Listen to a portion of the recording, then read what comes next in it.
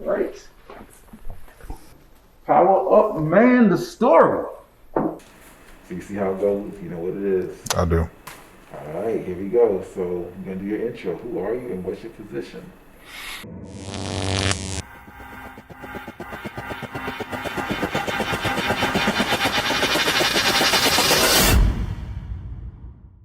Hello, I'm Keith Withrow. I'm the founder of Christian Events International, PowerUP Man, roundtable discussion, as well as PowerUP Man Cave. And I'm Gary Rambo, co-founder of CEI, the Man Cave and the Roundtable.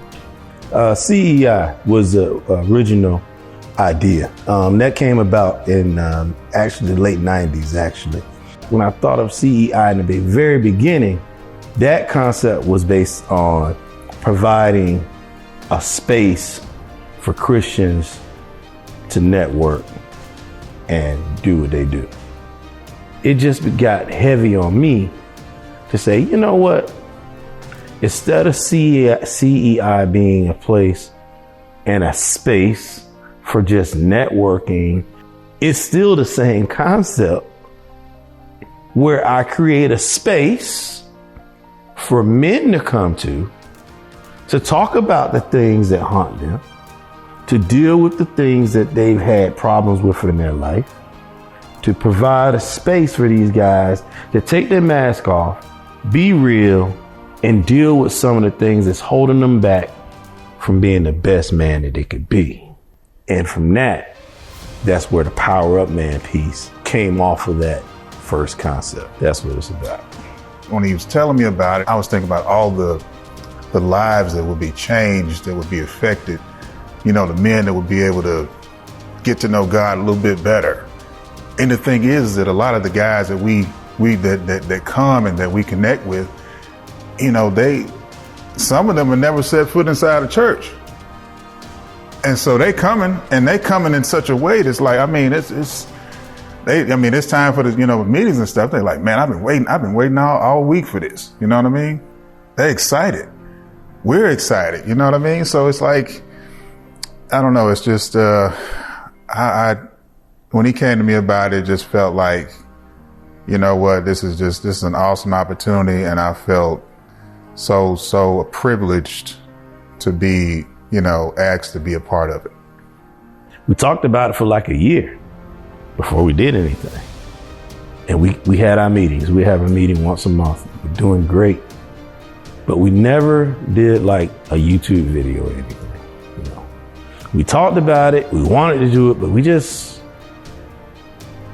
couldn't do it. The one thing that catapulted the first video to get pushed out was when my mom passed away. And that made me realize, after she passed from COVID, how fragile life is and time is of the essence. So after that, about a month later, we produced our first video. I think we've impacted men's life because we create that forum where people can take their mask off, talk about real life issues, marital issues, blended families, depression issues, all kinds of things. We've had guys that were on the brink of destruction and got released. People who had things that had happened in their life that didn't realize what was going on, and we brought about awareness in that group setting. So it's kind of what we do. CEI, the Man Cave, Roundtable, the meetings and stuff, we having, it gives me the opportunity to be real with myself. Because I had to look at myself, really hard about some things like, man, I got to tighten up. I had to get over myself, even sitting right here to get over myself.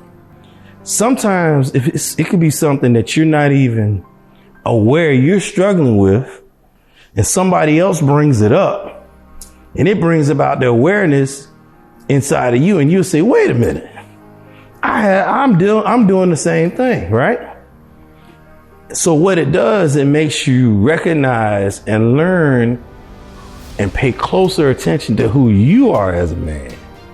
So this thing not only helps other men, but it's helping me to develop into a better man as we go along. I'm no pastor, I'm no minister. However, if I have these men that are listening and we're responsible, then I have to be more responsible of how I carry myself and in my actions in my personal life. For us, we're trying to strengthen men in a way where they understand how to deal with life. Not that we come from a place where we know everything, because obviously we do not. We're just trying to share what we do know and also give them an opportunity, to experience God in such a way that maybe they've never experienced before. We're inviting the Holy Spirit in. We're letting him rule and reign, throughout the space, no matter what we're doing, because we want him there. We want him having control over the conversation, over my mouth, what I got to say, or Keith's mouth, what he has to say, because it's not about me. It's not about Keith. We try to check, like we say, check our egos at the door, take the mask off. That right there is a secret to the effectiveness of what we're doing.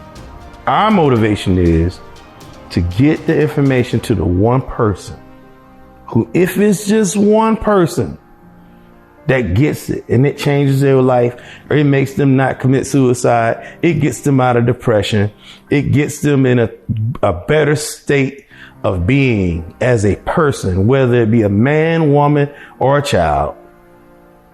That's what we're out for. We want to reach the everyday person who wants to be better, who wants to have the awareness, to want to get something from it. We're not out to show off and create some sort of, that's not taking the mask off. See, now we're going against the whole concept. The whole concept is to be undressed, unmasked, so everybody can get it. That's what we're doing this for. We can put our mask on, but it's not about that. We don't want to distract from what the content is on labels, clothes, stuff. We want you to hear, and we want the Holy Spirit to work through us to touch somebody. That's what we're here for. That's what we're doing here. I think people, especially men, are looking for authentic men. Real recognize real. You know what I mean? I'm not really worried about how this gonna make me look. I'm just gonna give it to you, right? And we're really more interested in how can we help you, basically by letting the Holy Spirit, use me, use us in a situation to help somebody else. We hold hands, pray, witness, cry sometimes, get filled with the Spirit before we shoot. We do this before we do any production, and we do the same thing before every meeting. And again, it's completely organic.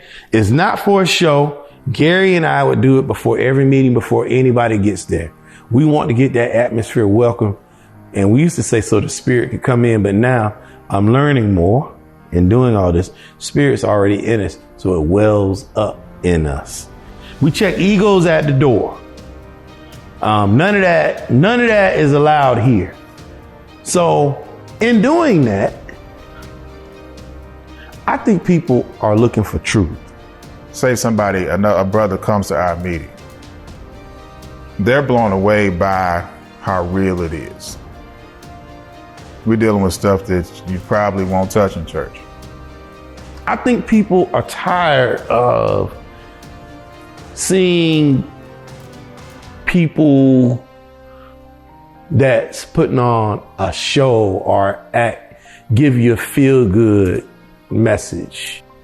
You're sitting in there, going through the motions, and, you done sung songs and stuff, you know what I'm saying? And, the preacher, you preach the sermon, get an offering, all that stuff like that. But at the end of the day, if I'm the same as I was when I came in and ain't none of my problems being dealt with, you're not speaking to none of that stuff. And I really don't have a way to relate that to you in a way to, you can facilitate the Lord helping me with that if I don't know how.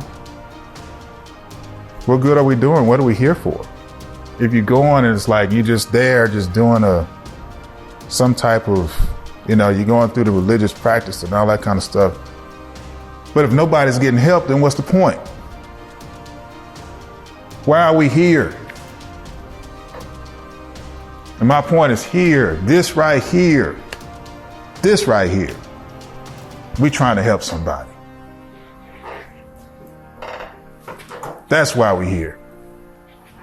We're here to bring about awareness so that people can be the best version of what God made them to be. Period.